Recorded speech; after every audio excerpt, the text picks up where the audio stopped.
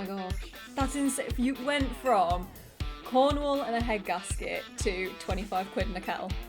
Yeah. That's incredible. Yeah.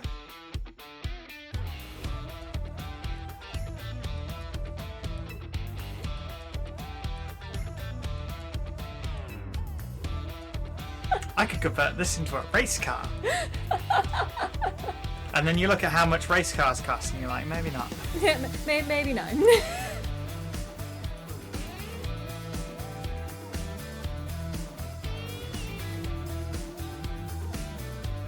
Tempered glass will do that just on a Saturday afternoon because it feels like it. Well, granted.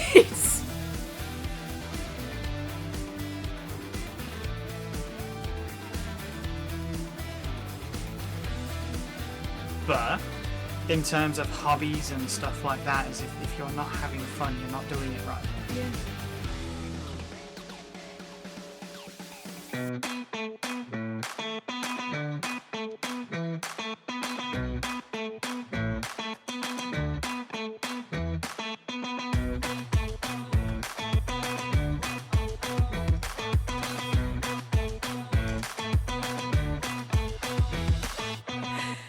So first thing I normally do is say, why don't you introduce yourself and tell us all a little bit about you. My name's Matt. Most people will probably know me from my username. Well, I say username. It's my name of my social media accounts, I guess, of Ruby Motorsport. It's hard, isn't it? Yeah, because obviously most of what you talk to people about is marshalling, and I'm kind of I've done a bit of everything kind of person. See, I like that. I don't just want to talk to marshals on this. I want to talk to a variety of people. Yeah. And yeah. I think that would be really, like, you've done a little bit of everything. You can give me a bit of an insight into everything. Yeah, I mean, marshalling's where I started. Okay. So, obviously, I started. I must have started early 2010, something around that. I can't remember exactly when. And I also can't remember why. Well, I know why. I can't remember what made me go and look at it or where I heard about marshalling itself. Because obviously I've gone back and I've listened to a couple of your other podcasts and people can pinpoint it, but I can't. That's okay.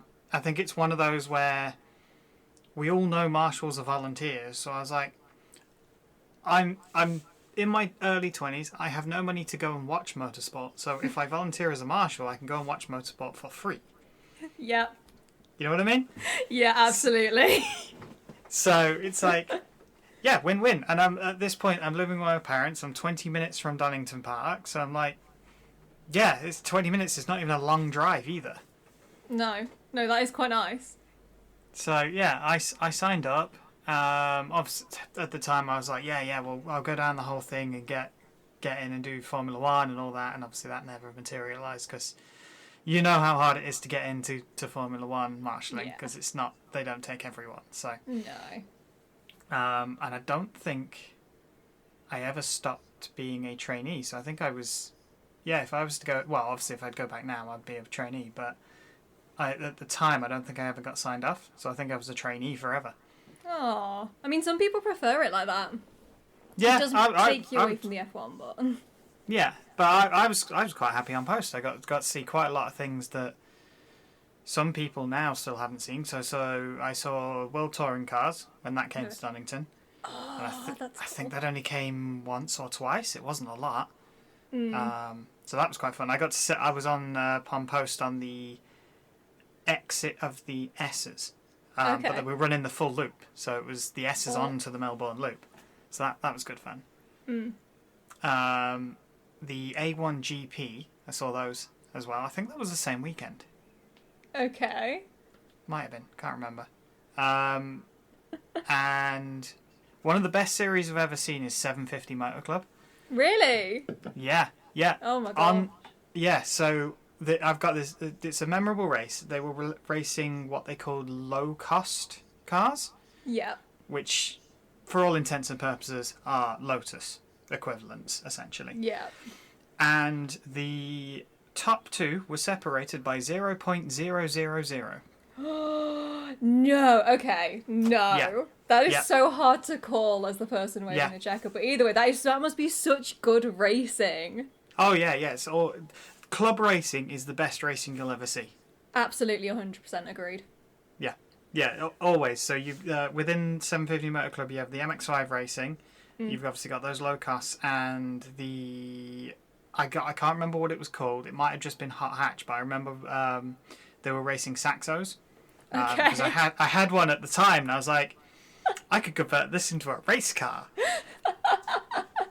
And then you look at how much race cars cost, and you're like, maybe not. Yeah, maybe no. Yeah, I'll just keep my orange suit on, and yeah, Keep do it that watching way. them go round. Yeah. I like that. So, where did you go to after marshalling?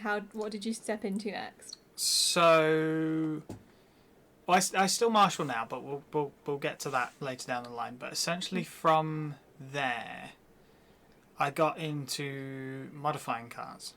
Okay. Because at the end of the day, I'm the sort of person that prefers driving over anything else. Yeah. And I want to drive, and that was obviously why I was looking at converting the car into the Saxo into a race car and going down that route. And you look at how ludicrously expensive it is, and you're like, maybe not. And then I don't remember when I learnt about drifting. But once I learnt about drifting, that was all I wanted to do. Love it. Okay. Yeah. So that's basically, give or take, what I've been doing since. Okay. So I bought a Mark 1 MX-5, and that was what I started drifting with. Yeah. And that was 2013. I know that was 2013 because that was when I did my first ever drift day. Okay, that's fun. Yeah. So I did that down at Santa Pod. Oh, I want to go there so bad. Yeah, I'll take you there. I'll take you drifting. Thank you. Yeah, you're more than welcome to come with me. But yeah, Santa Pod and drifting is basically where I've been since, essentially. So I've basically, like I say, I've been driving there for about 12 years apparently. Because time is a fiction. Stupid thing. Yeah. What was that first time you drifted like? Like the first time you went to Santa Pod and did it, I suppose, competitively? No, I've never drifted competitively. Have you not? No, so... Just for the funsies? Yeah, essentially. So what I essentially do is drift practice days, which is no different to what most people know as a track day. Okay. So obviously you go and do a track day and you get to drive your car on a racetrack and that's it. But there's no racing on a track day. Yeah. Whereas on a drift day, you can practice tandem driving.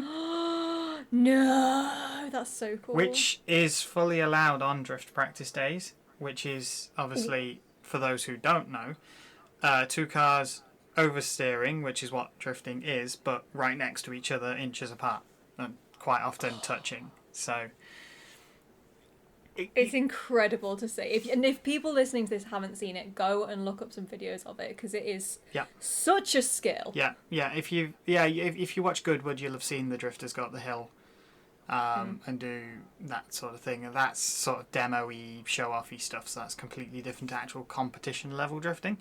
The two sort of big championships, I guess, are Formula Drift, which they host a championship in the US and in Japan. And the biggest one at the moment, I would say, is Drift Masters European Championship, to give it its full name. That would be the one I would recommend watching. Okay. I will also check that out. Yeah, definitely. But yeah, drift practice days are completely different to track days. Because you get to do the thing that you do in competition, which you don't on track days. Yeah. So yeah, I've been doing that ever since I picked up that Mark 1 MX-5. I then did sell that MX-5 in 2019. So I'm not going to go through the full history of that car because it went through about 3 or 4 different setups, as it were. But I sold it in 2019 to buy a RX-7. So it's an FC RX-7 convertible. And that has essentially defined who I am and what I do at the moment. Oh, wow. Which is drifting and rotary engines.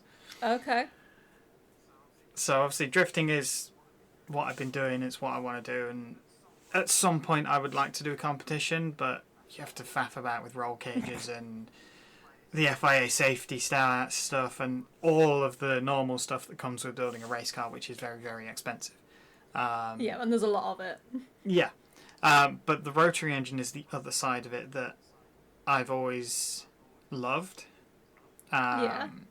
So, for anybody who doesn't know off the top of their head what a rotary engine is, it's the engine that came in the Mazda 787B, which is the car that won Le Mans back to back. This is good. This is very helpful.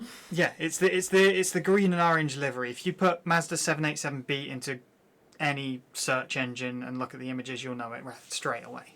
Especially if you're into motorsport. But I've always loved that engine. So obviously that's what motivated me to buy the RX-7. And like I say, modifying cars is what I do. Yeah. I learned quite a while ago, actually, that a RX-8 subframe bolts directly into an MX-5 Mark III. Okay. So, That's interesting to know. Yeah, so a little bit of context for this is I always wanted to have rotaries and play with rotaries and all this sort of stuff. And for those who don't modify cars, whenever you put an engine in a car that didn't belong in that car in the first place, so engine swaps that were never offered by the manufacturer, you usually have to make custom everything. So I'm talking subframe, suspension, wiring loom, intakes, everything. Ugh. It's custom. It's an involved job, and it can be very, very expensive. There's a handful of swaps out there, usually in Hondas. Hondas are quite good at this, where and it's a side effect of manufacturers cutting costs. So they'll use the same subframe, they'll use the same engine mounts, and this and that and the other. So it makes it so that you can get bigger engines from other cars and just bolt them straight in, and they're usually pretty good at it. That's quite helpful. This is where me learning that the rotary, well, the RX-8 subframe bolts straight into an MX-5 without modification. And a Mark III MX-5 came up for 300 quid. Oh my gosh. You can see where this is going. Yeah, absolutely. Yeah. So I just sold my drift car, bought this RX-7, and it needed a fair bit of work. It needed an engine rebuild. The plan was to build it to compete in, and I would still like to do that. So I knew it was going to take a lot of work to get it back on the road and working and all the rest of it. And that was always going to cost a lot of money. So it was kind of like, we'll build this slowly and we'll get there eventually. Yeah. And as is the case with every driver, I missed driving. And at this point in time, I didn't have a car. Oh, that is so sad. So this Mark III came up for sale for 300 quid. The guy was advertising it as going off to scrap the following day, and did anybody want any parts of it? I was like, just on a whim, I was like, how much would you take for the whole car?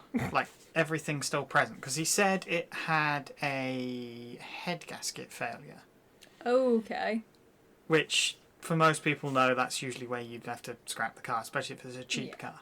Yeah. And I looked at it and went, I can do a head gasket. I've replaced one on a Mark 1 MX-5 before. That's a very And good worst skill. comes to the worst, if I get it cheap enough and I can't do it and that doesn't fix it, or there's something else wrong with it, the head's warped or some other breakage, I just break the car for parts and just sell off all the bits, which I've done that before on past cars, because you generally get more money for it than scrapping it.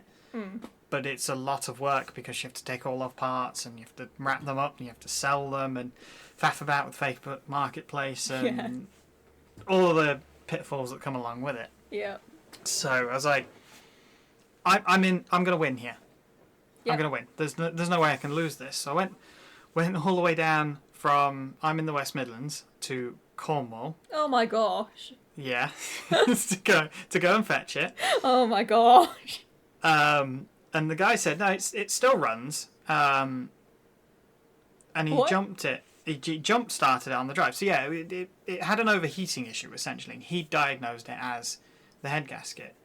Oh. So to pull it off the drive, he jump started it, and then as he jump started it, it didn't smoke, which is usually the sign of a head gasket failure. Yeah.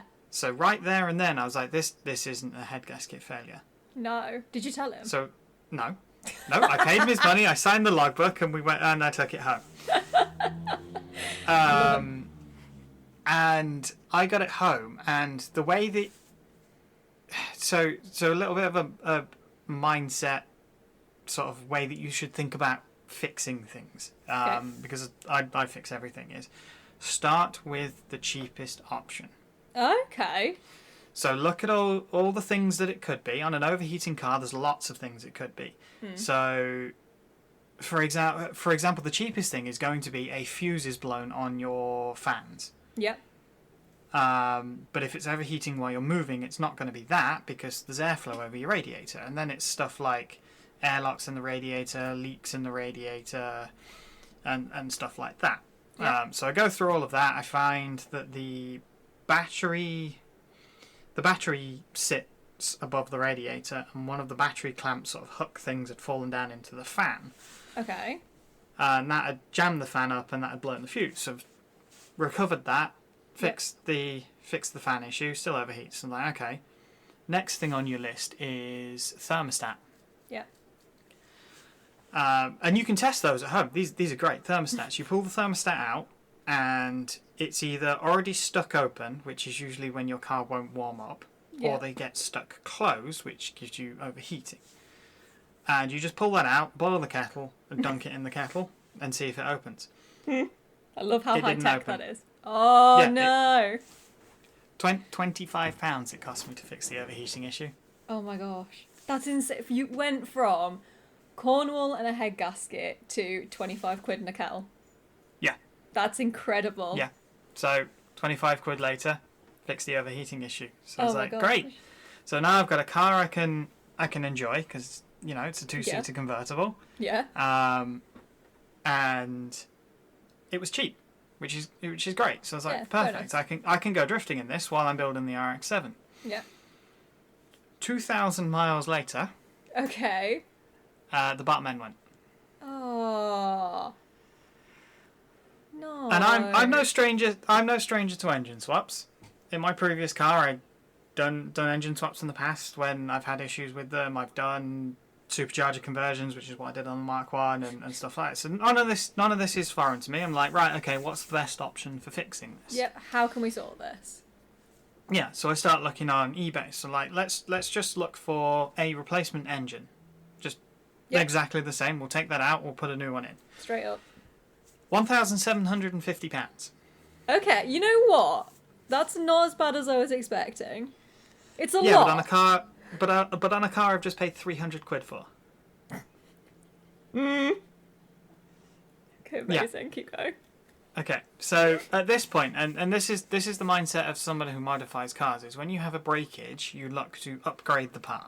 Yeah, it makes sense. So suspension is a really, really good example. If your coilovers, if your shocks need replacing, or your springs need replacing, or something like that, you look at a set of coilovers, Yeah. which then give you height adjustment and damping adjustment and stuff like that. Yeah, if you're doing And it, that's you may really, as well really upgrade it. common. Yeah. I'm already taking it apart. Let's put a better part in. So I started looking at engine upgrades. So for a Mark III MX-5, a really, really common upgrade, because this bottom end issue is quite common, is a engine from it's a Ford Fusion. Okay. Because this is around the time that Mazda and Ford were working together. Right, yeah. So we're running with Duratec engines, which obviously most people know, come in Westfields and stuff like that. So they're not slow engines. And it's a 2.5 litre, which is not an option that they sold in an MX-5, and it's a really, really common swap, but as it turns out, you need to take a load of pieces from the 2-litre engine, which I didn't have. I only had the 1.8-litre. Oh. So I was looking into that, and it's like, if I need to buy all these pieces from the 2-litre engine, it's not worth me putting all that extra work and that effort to put the 2.5-litre in. Yeah. As much as it would have been good to do. Yeah. And I'm looking around, it's like, what's my best option at this point? And then I remembered the fact that I'd learned that RX-8 subframes are a direct bolt-in to this car. And my original plan was to build the engine for the RX-7, take that engine, and then eventually build a better engine for the RX-7, and take the first engine and put that into a Mark III MX-5. Okay. Yeah, I can see that. And the way that I would have done this is similar to what I've done, and we'll get to that, is with the RX-8 subframe, you can buy an adapter kit that lets you put that RX-7 engine into an RX-8. Very nice, very simple. It's done before. It's off the shelf, yeah. And I could have done that, but my plan was to drift this with the piston engine first, and then do that later down the line. Okay, yep. So I was like, I can buy an entire RX-8 for £1,400.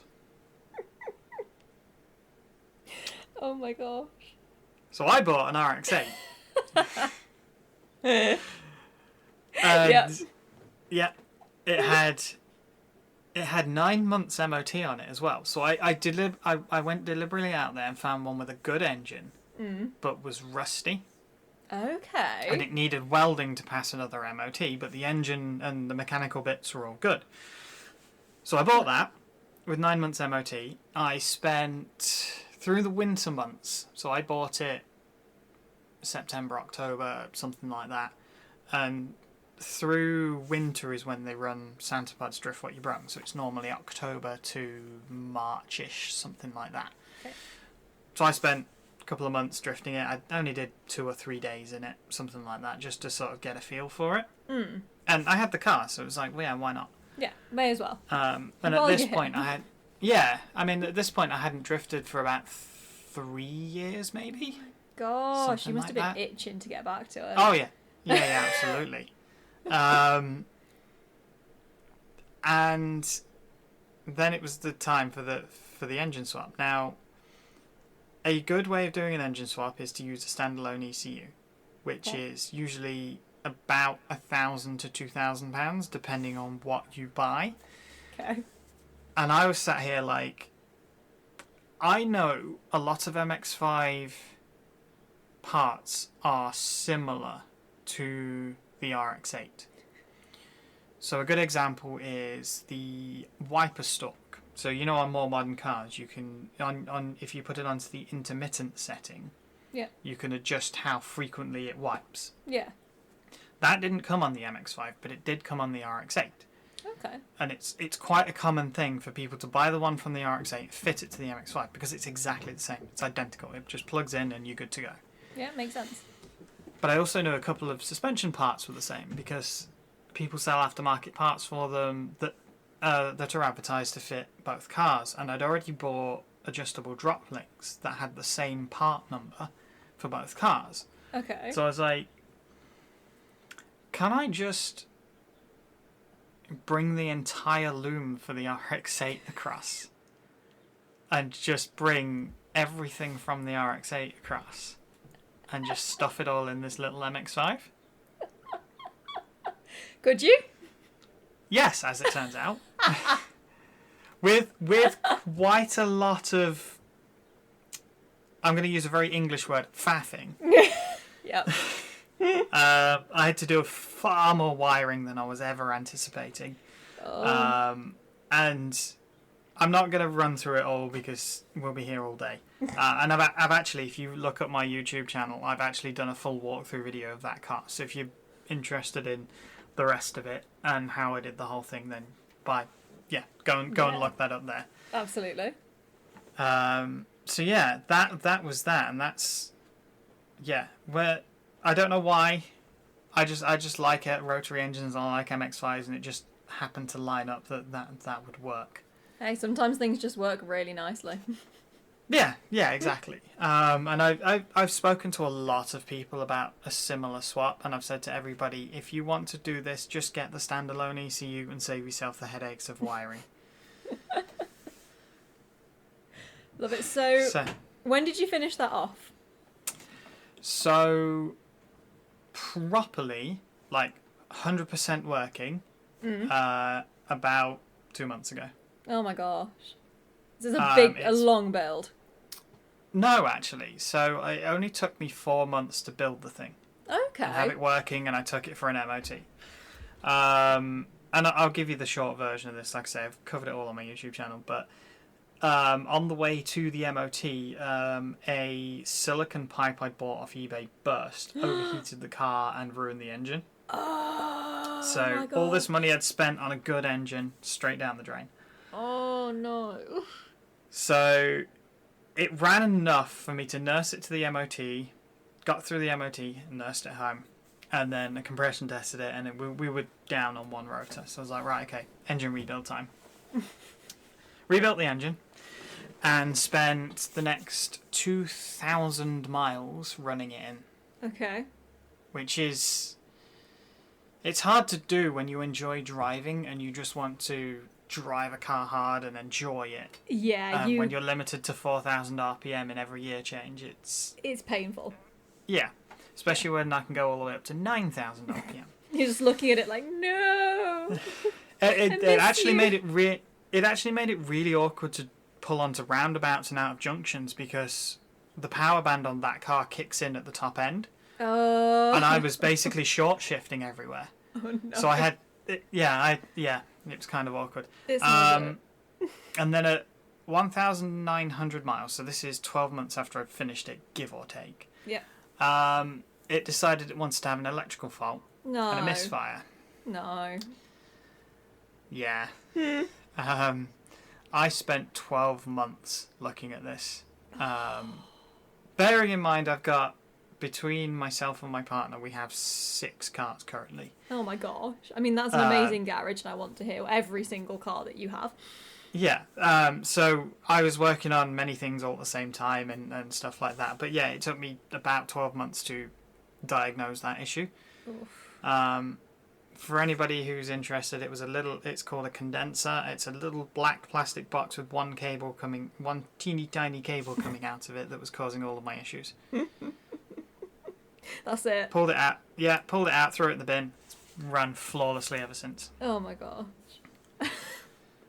So, yeah, I can actually go and enjoy it now, and I've got some videos. I did an auto solo the other night in it. Yeah. So, this is the other side. So, the other thing that I started doing really early on was auto solos. Okay. So explain that a bit to us. Yeah, so this is club level motorsport, but instead of like 750 Motor Club, it's your local car club. Entry level motorsport. And I actually came across this while I was doing marshalling training at Donington. Cool. So obviously part of your marshalling training is going and doing your fire drills in January, or whatever they call it. I can't remember exactly what it's Yes, called. one of my favourite bits of the training is the fire training. Like, set a car on fire and get us all to put it out. It's one of the best bits of training.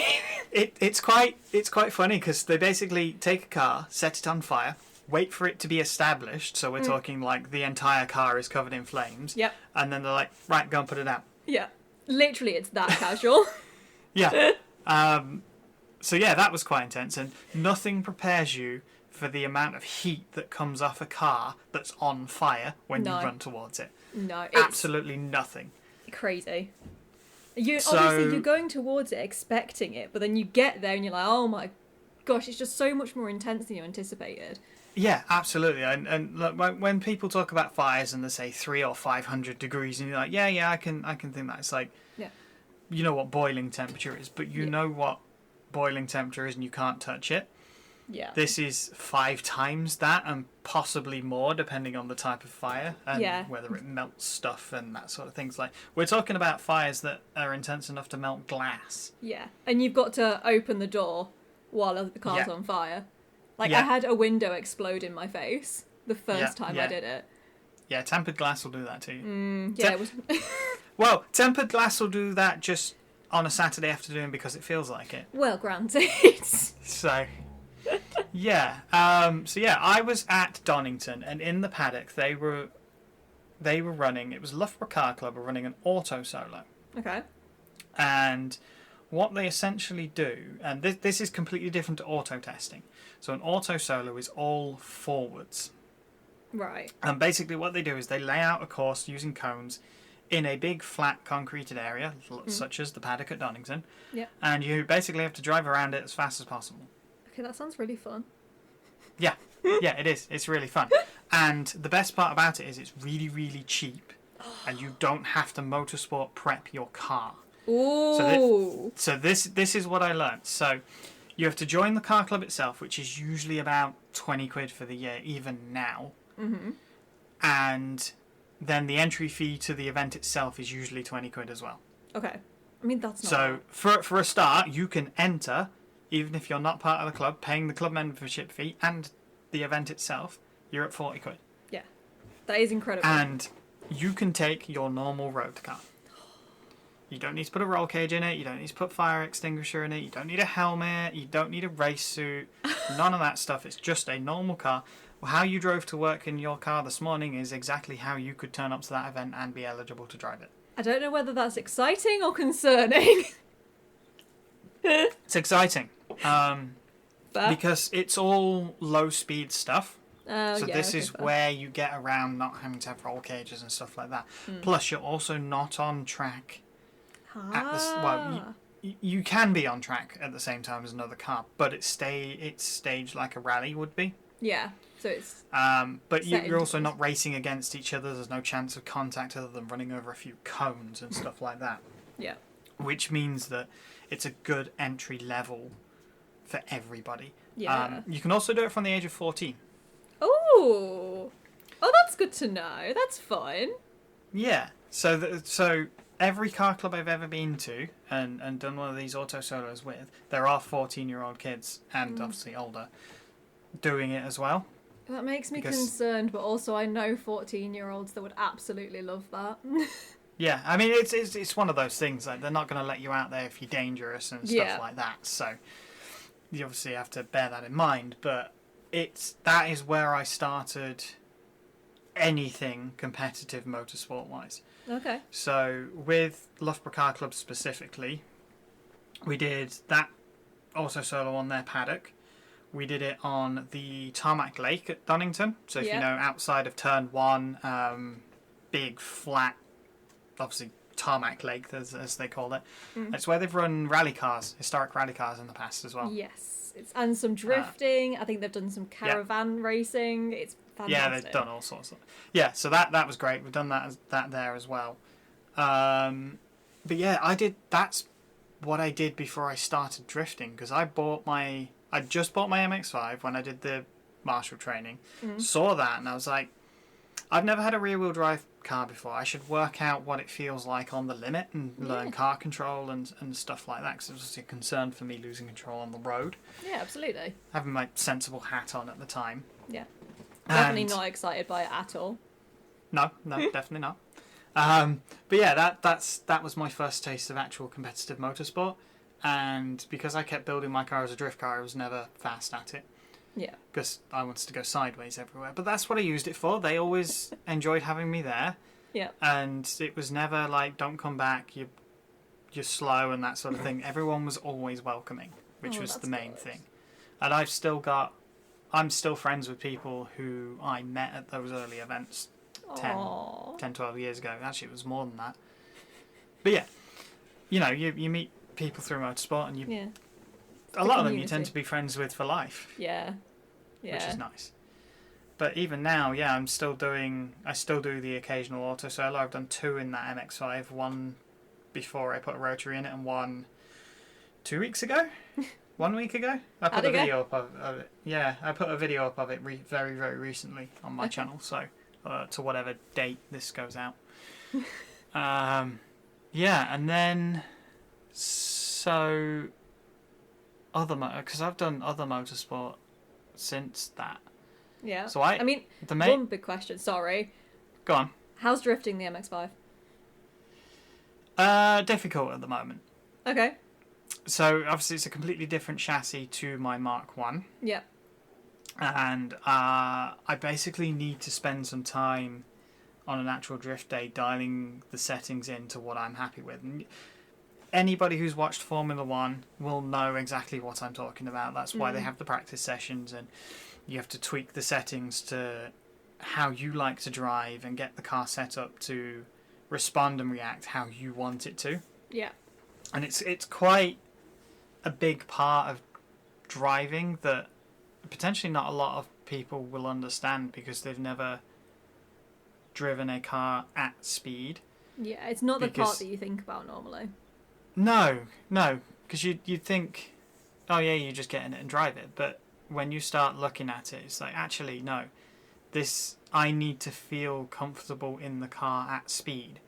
Because especially when you're drifting, and it's the same with all motorsport, when you're on the limit, you need to be confident in the car. Yeah. And it needs to do what you want it to do when you tell it to do something. And the difference between drifting and sort of grip driving, as it's called, is I am sideways. So we're talking oversteer, and I'm forcing it into oversteer. And if I want to stop, I have momentum going sideways, and it's not as easy to stop as it would be in a conventional car. Yeah. So obviously, if you're coming down a straight and you want to stop, you hit the brakes and you brake in the same direction you're travelling. Yeah. And that's your momentum's in sort of the same plane, as it were, as you're braking. When you're drifting, that's not the case. No. So it can be quite difficult to slow down while you're drifting. Yeah. Quite often you'll do it just on the handbrake. Really? Yeah. Ooh. Yeah, so if you think while you're sideways, if I just pull the handbrake, and we use hydraulic handbrakes that are like your foot brake but only affect the rear wheels, and don't do anything else and come off the power, what will happen is the back will brake, the front won't, and it'll essentially send you into a spin. Yeah. Meaning that if there's something in front of you, if you can spin, you'll avoid that instead of hitting it, if that makes sense. Oh, so like intentional spinning. Yes. Okay. Yeah, and a lot of drifting isn't at really high speeds. So if we go to the top level, sort of your entry, the very highest sort of top speed entries can be sort of 90 to 100 kilometers an hour. Okay. Which is we're still pretty quick. We're talking like we're up at motorway speeds, and then imagine pulling the handbrake and starting to drive sideways at that speed. Gosh. But you're driving towards the entry at that point, and then you slow down, enter the corner, and then you go from there. So we're not triple figures drifting usually, although the world speed record for drifting is 198 miles an hour or something like that. That must have been terrifying. Yeah, it's on YouTube. Go and look it up. It's insane. My but yeah. Gosh. Who did that? I believe that was James Dean in a 2,000 horsepower GTR. Dang.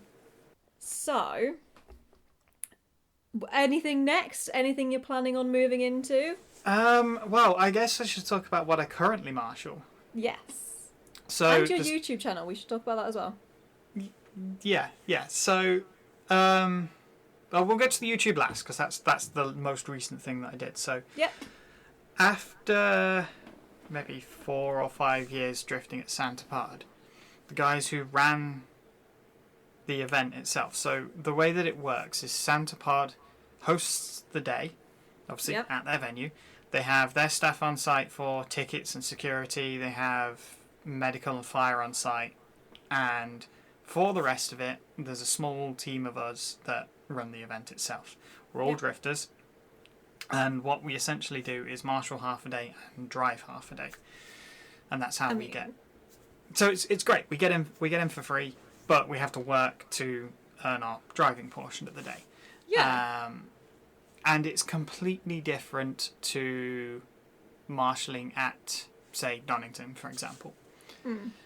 So a lot of what we're doing is a bit of everything. So for example, when we're up on the main track, there's a couple of different jobs. So you've got flag to start the event, or start the track session, which tends to be about 4 or 5 laps.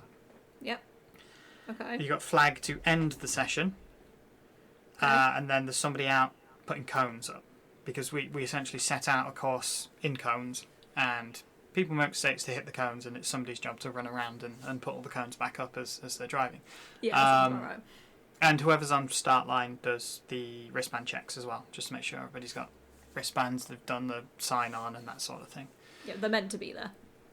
Yeah, and then there's other jobs throughout. So we've got a couple of so there's what we call a kidney track, which is basically the intermediate track, and that's just watching them and checking wristbands there. And then there's somebody doing donut playpens, we call it, which are little pens you can learn to do donuts and figure of eights and stuff like that. And again, it's just wristband checks and that sort of thing. Yeah. The only difference being everybody there builds their own cars. So it's more amateur built cars compared to what you see at a proper racetrack at Donington. Unless you're on like a track day and that sort of thing. But actual race competitive things. So I've put out more fires at Santa Pod than I have ever at Donington. That does not surprise me somehow. But it's always really simple stuff where they've popped a oil line and it's sprayed all over their hot manifold or something like that, and it's usually just pop the bonnet, a quick couple of squirts with the fire extinguisher, and it's out. Yeah, and at that point, can you kind of talk to them and say, look, this is where you've made a mistake? Oh, they know. Suggest this. Oh, yeah, okay, that's good. Yeah, everybody there is mechanically minded, so it's not like they're paid drivers, for example. They all know what they're doing, they built their own cars, and it's just drifting pushes cars more to their limits in different places compared to what a race car would. Yeah. So obviously you're pushing yourself sideways, it's hard on the suspension, it can be hard on oil lines because we're putting turbos in and we're turning the turbos up and putting them to the, like, maxing out the engines and that sort of thing, whereas a lot of what you'll see... The MX-5 racing is a good example where it's all standard cars. Yeah.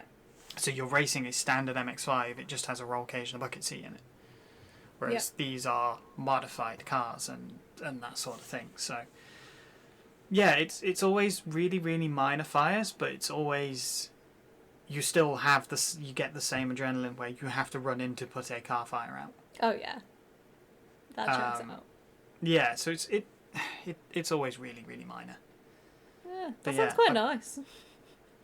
Yeah. Not for the person whose car's on fire. Well, no, granted. They do always have some sort of issue with that. Yeah. So it's a lot more chill compared to doing the MMC level stuff. Yeah. As it were, because we're all there to have fun. Everybody else is there to have fun, and that's the core point. But obviously, we're there to keep people safe as well. Yeah. But it's not a full competitive environment. Yeah. So it's like that nice middle ground. Thing. Yeah. The other side of marshalling that I currently do is with Formula Gymkhana, or I think they're rebranding to Auto Gymkhana. Okay. And this it's kind of like what Ken Block did every time he did a Gymkhana video, only on a much, much smaller scale. So if you remember Gymkhana Grid, that's a good example. Yep. So you have a course set out, you start from side by side, you set off, you do the lap, whatever they've set out. It's quite often a lot of donuts and figure of eights and sliding around and stuff like that, and then you come back to the same start point. But you do it side by side with a mirrored course. So you're doing it side by side, somebody else doing the mirrored course at the other side. Yep. You then swap over, you do the same again, and then it's you add your 2 times up, and it's the quickest time between the two that goes through, essentially. And that we do it as in the sort of competition level, you do it as a battle. Okay. So one person goes through, one person goes out, next person comes along, and you do it like that, 1v1 until you get a winner. Yeah. And I say marshalling for that. I more more often than not, I end up in the timing tent running the timing gear. Okay. So we have it's essentially a drag strip timing loop, essentially. So you get the whole 3 ambers green, sort of, they call it a tree. Yep. And we run it through that. And it's all a laser timing system. Nice and high tech. But we also have marshals around the track for, again, looking for fire, that sort of thing. But they also look out for obstacles being hit. So that's a time penalty and like stuff where they have to red flag and stop the track and that sort of thing. And if they go in the wrong direction, so that's a big difficult thing to do on these days, is where you have to make sure they go in the correct direction for the layout of the track. I mean, fair. I can see how that would be confusing in the context. Yeah, when you've been there, what helps is we run a practice session in the morning, and then it's not the competition till the afternoon. So the marshals get a good couple of hours to learn the track themselves from where they're stood. Yeah. So that makes it a little bit easier on them as well. But yeah, I help run all the marshalling for that as well. And that sounds so... The fact that that's actually something you can do as, like... I mean, I don't want to say, like, grassroots level, but the fact that you can do that kind of layout and the whole gymkhana thing without being a full-on professional like Ken Block is incredible. Yeah, I would still call it grassroots, because it's still like we've got what we call a street class, so you can essentially turn up with your regular road car and compete in that, and quite a lot of people do. They'll just turn up in their daily, whatever they drive normally, drive it to the track, compete all day, drive it home. Okay, I need to do this. What I call it is it's a step up from auto solo. Okay, yeah, that makes sense. So it's very, very similar in the way that it works. Is you have a layout set out with cones and obstacles and stuff like that, and you drive around as fast as possible. But this level, you start having to need a helmet, and if your car doesn't come with it, so a Mark 1 MX-5 is a good example. It didn't have any rollover protection, so you have to put a roll bar in. Okay. But you can leave it there, or you can go into the pro class, and then basically it's unlimited, and you can do whatever you like. We've got a V8 MX-5 competing at the moment. And, yeah, so you can compete in anything at that point when you go in the pro level, but it gives you that opportunity to step up from auto solo, which quite a lot of people have done, into the more sort of competitive motorsport environment. Yeah. But you can then step up again from street to pro if you think you're fast enough, or you start making more modifications. So there was the guy that won street last year, I think it was, or the year before, I can't remember. He had a standard power Mark II MX-5. Okay. And the following year he put a supercharger on it, which, because that's now not an option that was ever offered by Mazda themselves, puts him in the pro class. Okay. So that bumped him up, and he's got more power. He was starting to play with the pros. Yeah. And stuff like that. So it gives you an opportunity to make the little increments up without spending a ludicrous amount of money. See, that's good. That is really good. Then some of the guys have stepped up from there to drifting, because we're sliding around, we're doing donuts. At that sort of point, drifting sort of goes hand in hand. Yeah, it's a natural progression. Yeah, so people have stepped up from there to sort of competitive drifting and stuff like that. So, yeah, it's worth having a go. That again, it's not very expensive. I think each round's £150. You know what? That is not bad. Yeah, especially when you consider some, like 750 Motor Club races can be £300 to £500 depending on what you keep competing in, and then you need all the safety equipment and everything that goes along with it, and you can spend thousands of pounds before you're even driving. Yeah. That is... So... You know what? That sounds... and that is really fun. Oh, yeah, it's a lot of fun. It's a lot of fun to watch, especially when you see two cars coming in together towards the finish line. Think... what's it called? Race of Champions. Yes! So when you see the two cars coming into the finish line at the same time, but you have it twice. So you see the finish twice, because obviously there's no crossover in our thing. Yeah. So you have to kind of guess what the first time gap was compared to the second time gap and stuff like that, because quite often you'll get one side is faster than the other. Okay, yeah. So if you go left side first and that's the faster track, you might win by a second, but then you swap over and now you're on the slower side. So you see the other car come in first, and then it's like, I don't know who won there. Yeah, so do people have preferences, like, I'd rather start on this track than this track and then go to the other one? And can they say They that? can do. Yeah, they can, but at the end of the day, you still have to compete on both sides. Yeah. So for qualifying, it's just your best individual time on either side. Doesn't matter which side. Okay. But you have to do 2 runs on each side. Okay. And then we just take your fastest time of the 4. So you can have a preference there, but it doesn't matter. You still have to run all 4 sides. Yeah.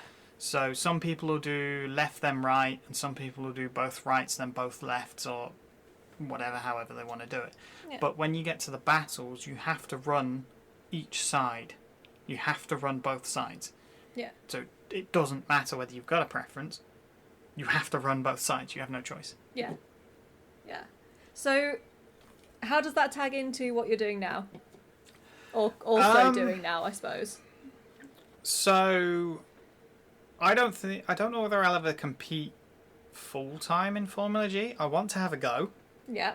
I definitely want to have a go. I've spent 2 or 3 years watching all my friends have a go, and that's how I learned about the championship. One of my friends competed in it. I went down, offered to help, and you kind of get sucked into helping all the time with everything. And yeah, typical motorsport. yeah, you just want to help, because that's the sort of people we are. Yeah, you just want to get involved with everything. Yeah, exactly, and that's why I'm involved with quite a lot of stuff. I've shown you my calendar in the past. It's insane. It is crazy to see. Yeah. And tiring to look at. You're not wrong there. So yeah, I think I'm going to compete at least in a round or 2 maybe, just so I've got some experience of what I'm looking after, because I'm now on the committee for Formula G as well. Dang. So yeah, so it would help to have a driver's perspective, although we've got drivers on the committee as well, so they give their perspective. But, I want to drive, so I want to have a go at it, basically. Yeah. And I'm going to take the MX-5. But as of November last year, and I've alluded to this already, I started a YouTube channel. Yes. And I'm not expecting to ever make money off this. Yeah. Let's be real. There's probably millions of people with YouTube channels that are trying to make money out of it, and that would be the ultimate goal. Is you get millions of subscribers and you make a living off it and all the rest of it. But I am realistic in the fact that I know that that's probably never going to happen. Yeah. Realistically, I would like to. A realistic goal is earning enough money that pays for the modifications for my cars. I mean, that sounds like a fantastic goal to have. Yeah. So what I'm making is essentially car vlogs. Yeah. So this is what I did. This is the modification I did to my car. Or this is the motorsport event I went to do, or I did a vlog from Coventry Motorfest, for example. I did one for Autosport International. It's essentially all stuff that I would be doing anyway without a camera in my hand. Yeah, you just happen to have a camera this time. Yeah, and the thing is, I like making videos. So I've made videos in the past of when I've been to a drift day, put cameras all over the car, and then just made a 3-minute compilation video with some music over the top. Oh, I love. And I did that for quite a number of years. And then I didn't really put a great deal of effort into it. It was just as and when we went. Yeah. And it sort of stopped when I sold the drift car, because I was no longer making videos, because I wasn't going to drift days, so it made it a little bit more difficult to make those kind of videos. Just a little bit. Yeah, and stuff like that. But I've been thinking about it for a while. Sort of maybe 2022 onwards. I was thinking about it. I was like, yeah, I'm just gonna go for it. Yeah. but it's one of those things where it's always like you find a reason to put it off. Oh, absolutely. Procrastination kicked in real hard with that one. Yeah. And it took me to the end of last year to actually go, it doesn't matter if I've not got the best equipment in the world, I don't have a brand new camera, I'm just going to use what I've got. Yeah. The only thing I made sure I did was buy microphones. Yeah, microphones, speaking from an audio perspective, are absolutely key. I hate dodgy audio. Well, let's be honest, your podcast here has nothing without good audio. Yeah, exactly. That's all you've got. Yeah. And that's one of the reasons I love podcasting. I mean, in a similar way, I've been thinking about doing this for years, like since I started marshalling, and I'm now in my 4th year of marshalling. And it was always I've got a lot on, I'll get around to it, oh no, just not now, no one would be interested. And I finally decided, you know what? I enjoy podcasting anyway. I enjoy motorsport anyway. I'm just going to do it because I love it. Let's just do it to have some fun. Yeah, and that's exactly why you should do it. Yeah. And I said this, it was when I did the auto solo recently, and you should go and join your local car club and do auto solos, because I got the opportunity to do an auto solo on a go-kart track. Oh my gosh. That was my video recently, so you should go and have a look at that. But we were at that event, and I said, I was chatting to somebody, I can't remember what the conversation was, but I basically said to him, look, if you're not having fun, you're doing it wrong. Yeah. And this should apply to all aspects of your life, and admittedly, cutting the grass or doing the washing up is not going to be fun, but in terms of hobbies and stuff like that, is if you're not having fun, you're not doing it right. Yeah. Because people can get sucked into competition in such a way that it stops being fun, and then you lose the concept of why you were doing this in the first place. You forget the passion. Yeah, exactly, and that's why we do what we do, and that applies to motorsport, it applies to marshalling. It's like that we do it because we love it. And you know what? Considering the fact that we are now at the time where I need to go feed our dog, and there's a very loud motorbike outside, I think that is a fantastic place to end, which is really sad because this is a great conversation. I'm really enjoying myself. Hey, if you want me back and we have a part 2, then I'm more than happy to come back. I am very, very tempted by that, actually.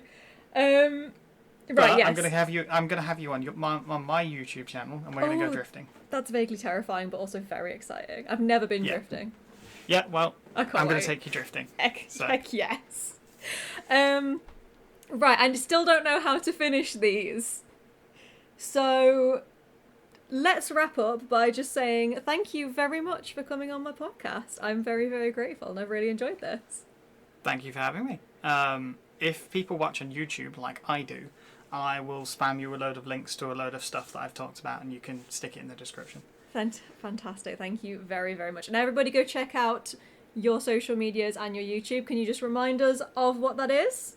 It's Ruby Motorsport. Ruby is in the gem. Thank you very much. And thank you. I will see you soon. Thank you very much. Bye.